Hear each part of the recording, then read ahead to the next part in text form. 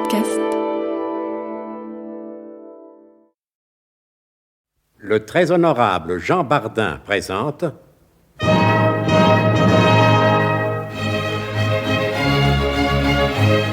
Bon baiser de partout.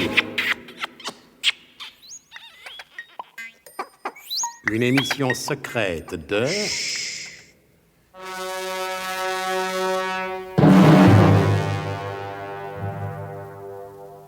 Donc, pendant que le colonel de Guerlas et ses bras droits font du tourisme à Athènes, visitant notamment le fameux Kratos Palace, l'établissement tenu par Xénophon Salingos, en qui d'ailleurs l'adjudant Tifris a reconnu le célèbre Isidore Salingue, qui autrefois avait eu maille à partir avec la justice française. Donc, pendant ce temps-là, Nicolas Leroydec et Giorgio le fils maudit, à bord de la Reine de Sabag, visitent la cabine numéro 1. Cette cabine où la comtesse Vanda Volkamilkevitch retenait prisonnier le professeur Slalom Jérémy Ménerlache.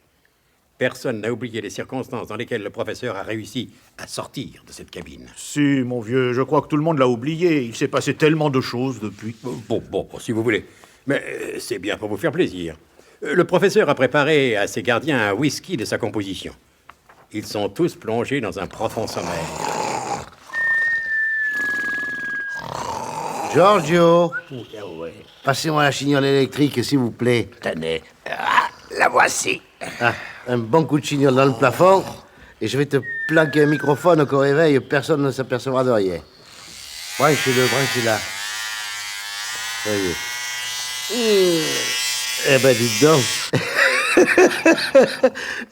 Dites donc.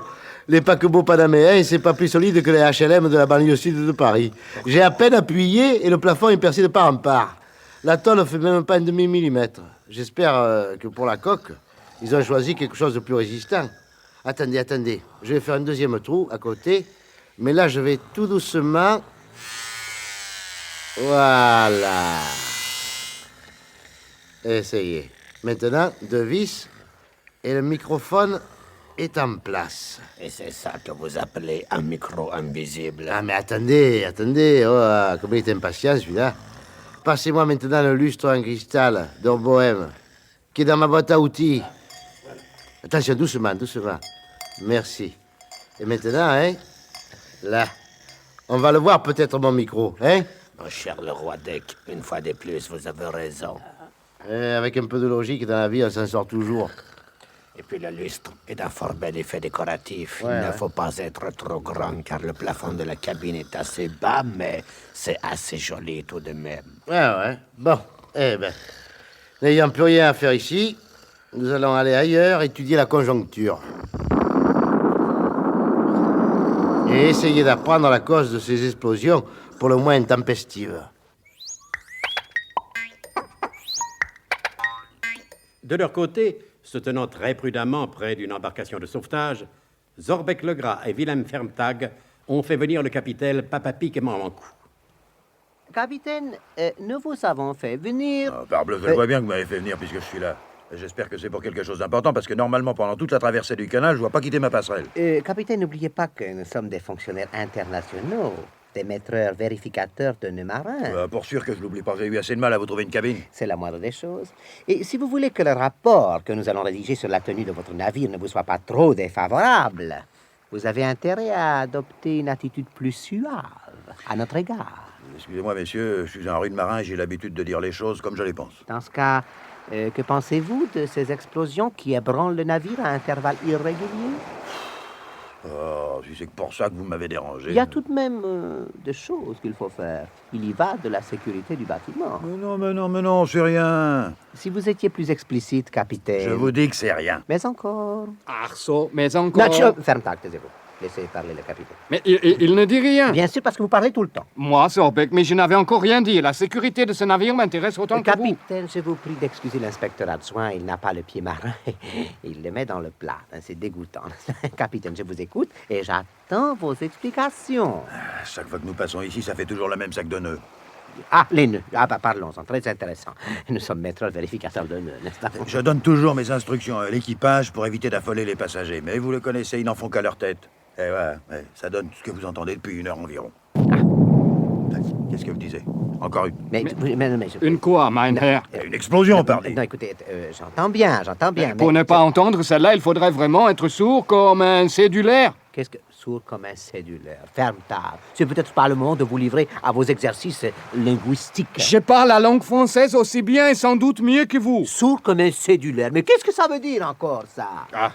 Désolé, Zorbeck, je me suis encore trompé. La langue française est pleine de pièges. J'ai dit sourd comme un cédulaire. Je voulais dire sourd comme un pot. Un pot. Un pot cédulaire. C'est la même chose. Vous n'allez pas me chicaner pour un mot. Pour un pot. Bon, capitaine, oh, capitaine, ne partez pas. Mais c'est qu'on m'attend sur la passerelle. Quand je suis pas là, ils font rien que des bêtises. Oui, vous nous avez laissé entendre que malgré les consignes sévères que vous leur donniez, l'équipage n'en faisait qu'à sa tête. Qu'entendez-vous par là? J'entends qu'ils ne respectent pas les consignes. Oui, bien sûr, mais ces explosions, ils se livrent à quelques fêtes folkloriques? Un 14 juillet grec, par exemple? Ils tirent des pétards? Non, je ne le supporterai pas. C'est uniquement leur négligence qui est en cause. Non, mais ils ont la négligence bruyante. Je leur dis toujours de les balancer à la mer, mais ils veulent rien entendre. Ils les gardent et forcément, il arrive ce qui doit arriver. Mais quoi? Mais qu'est-ce qui doit arriver? Les explosions, vous n'avez pas entendu? Mais bien sûr que nous avons entendu. Je vous demande les raisons de ces explosions. Nous sommes dans le canal de Corinthe. Oui, et alors? Canal de Corinthe. Et alors? Eh ben, c'est la cause des explosions. Ah, on voit bien que vous n'êtes pas marin. C'est un phénomène connu depuis la plus haute antiquité.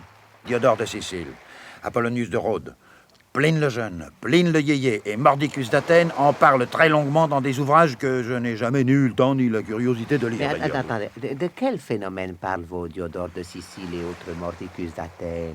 Du phénomène des explosions, pardi. De quoi voulez-vous qu'il parle? Mais capitaine, écoutez, je vais vous dire, je crains que nous ne comprenions point. Bon, restons-en là. Inutile de prolonger plus avant cette discussion, d'autant que j'ai du boulot. Le canal de Corinthe, c'est pas de la tarte, le canal de Corinthe. Il faut se faire. Enfin, capitaine, maintenant je ne plaisante plus. Ou il pourrait vous en cuire. N'oubliez pas que je dois rédiger un rapport sur vous et votre bâtiment. Et je vous pose une question précise. Si vous n'y répondez pas, je suis en droit de considérer ceci comme une dérobade. À quoi sont dues les explosions que nous entendons? Au passage du canal de Corinthe, je vous l'ai déjà dit. Oui, mais qu'est-ce qui explose? Eh bien voilà pourquoi vous ne m'avez pas posé la question tout de suite, comme ça j'aurais répondu. Je vous la pose cette question et j'attends votre réponse. Avant le passage du canal de Corinthe. Oui. Je recommande toujours à l'équipage de balancer à la mer les caisses de raisin.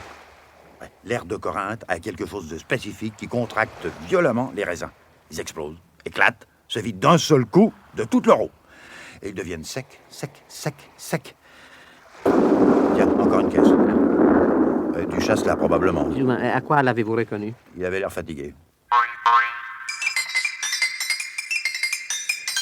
Et pendant ce temps-là, dans sa cabine, celle qui porte le numéro 64, ce détail n'a rigoureusement aucune importance. Mais dans un récit d'espionnage, il faut être précis, sinon le public ne marche pas. Donc, dans la cabine numéro 64, Nicolas Lerwadec soliloque.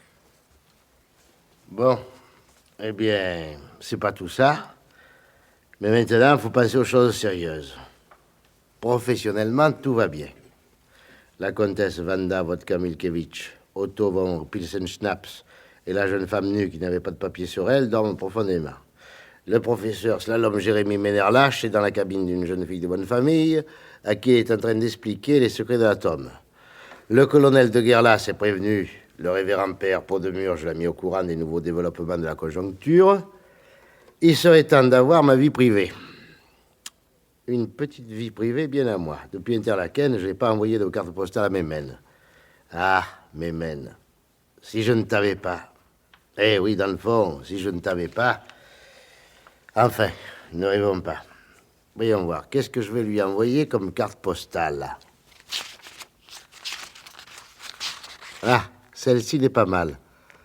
La reine de sa bague. Ah, ça a fière allure. Oui, mais d'autre part, une carte postale avec la formule bon baiser d'où je suis. Après être resté si longtemps sans nouvelles, Mémène, je la connais, ma Mémène. Elle va râler. Si je lui envoyais une lettre, ce serait pas plus gentil, une lettre? Évidemment, ce serait plus gentil. Mais c'est drôlement plus difficile à faire, une lettre. Surtout qu'elle, elle sait lire entre les lignes. Qu'est-ce que je vais bien pouvoir lui raconter? Les gens ne se rendent pas compte comme c'est difficile d'écrire. D'abord, il y a un tas de trucs que je ne peux pas lui dire. Si je lui raconte que je suis sur le même bateau que la scandaleuse Wanda, elle va tout de suite s'imaginer des choses.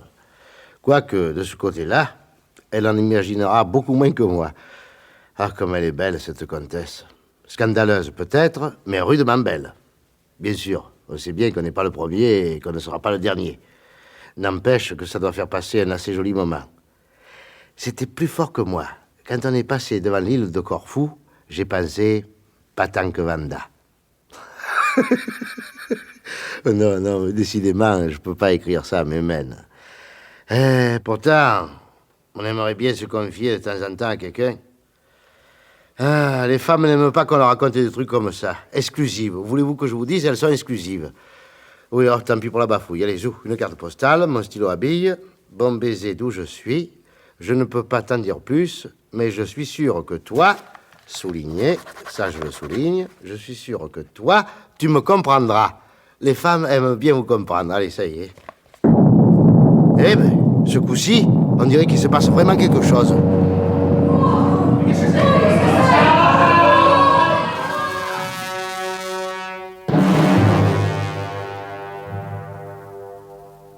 Que se passe-t-il?